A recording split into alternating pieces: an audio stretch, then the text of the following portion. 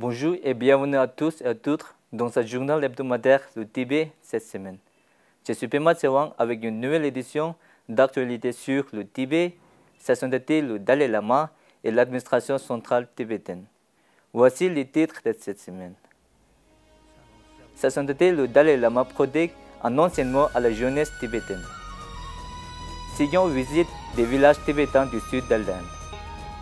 Le haut commissaire de l'ONU aux droits de l'homme exhorte la Chine à protéger l'identité linguistique, religieuse et culturelle des Tibétains. Le représentant Dr. Aya dirige un atelier au Parlement japonais. Le représentant Rinzin Yenkan assiste à la réunion interrégionale de l'International Tibet Network. Tenzin Ishii remporte le prix du meilleur jeune scientifique de 2022.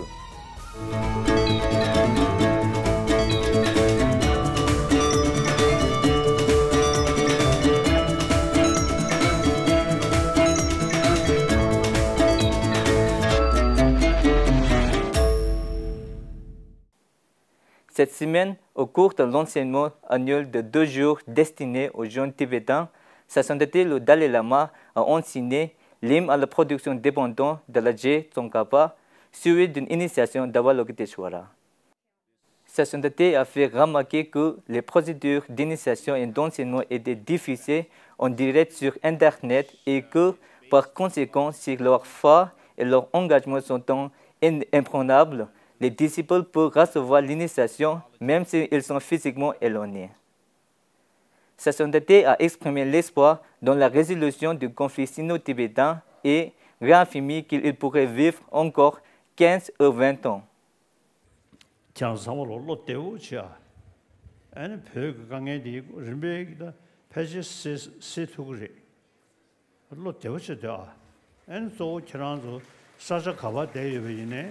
간다에네 전주고 섬 거야도 동리도 거야 그래서 도도 지식이나 다디 말아서 손으로 이식 소배 코네 콘도 팬들아지 차용 거지 지성은 가서 손으로 이식 소 표와 뒤쪽에 벽에 댄다 써야래 판도시라 요래. Segyong Pempa Tsering qui effectue actuellement sa première visite dans les villages tibétains du sud de l'Inde a rencontré cette semaine les membres de la communauté tibétaine de Bangalore et de Balakopi.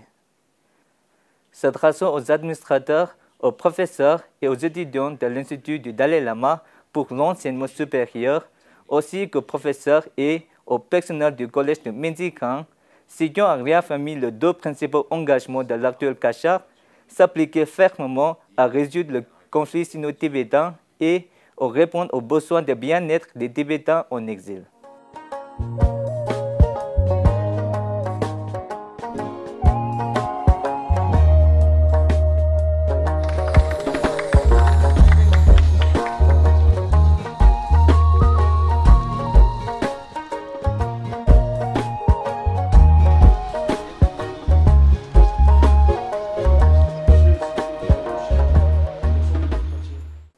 La communauté tibétaine de Balakopi a réservé un accueil enthousiaste à l'arrivée de Segyong Pempa Tsering dans le village le 31 mai 2022.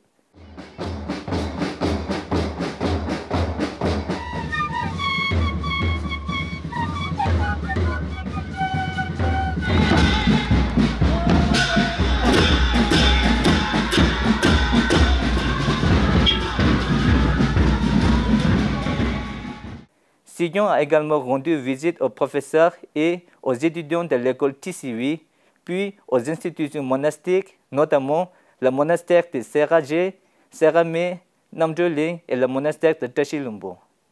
Segyong a visité 13 combes du village de Digi-Lasso, le combe de Purang et quelques combes du village de Loksum, où il a discuté avec les résidents, les étudiants et le personnel retraité de l'administration centrale tibétaine.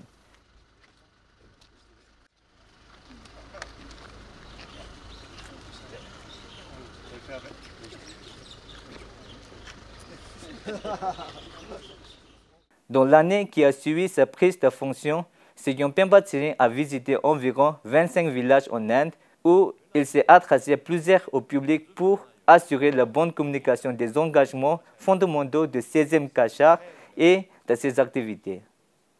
le haut-commissaire des Nations Unies aux droits de l'homme Michelle Bachelet a conclu son voyage de 6 jours en Chine le 28 mai 2022.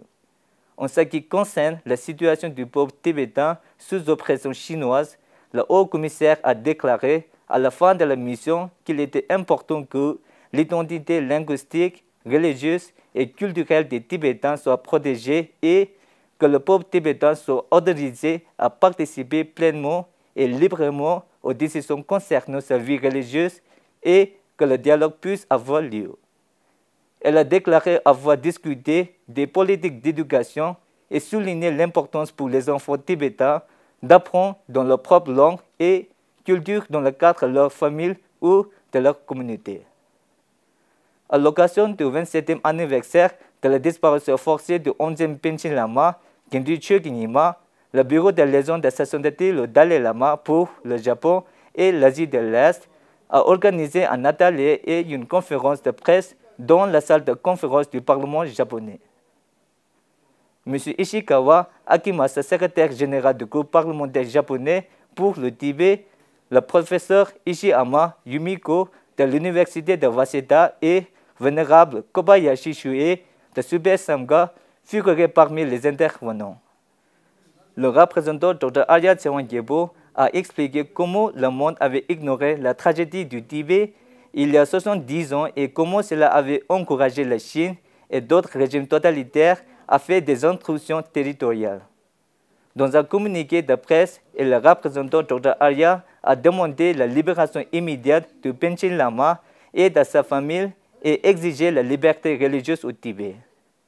Le professeur Ishiyama Yumiko de l'université de Waseda a expliqué le système de réincarnation dans le bouddhisme tibétain et a exhorté la Chine à ne pas interférer dans cette question.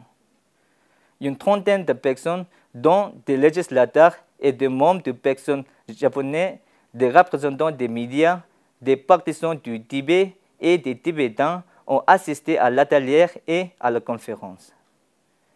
Le représentant Rinzin Kengan a assisté à la toute première réunion interrégionale qui s'est tenue à Barcelone du 27 mai au 29 mai 2022 à l'invitation de l'International Tibet Network.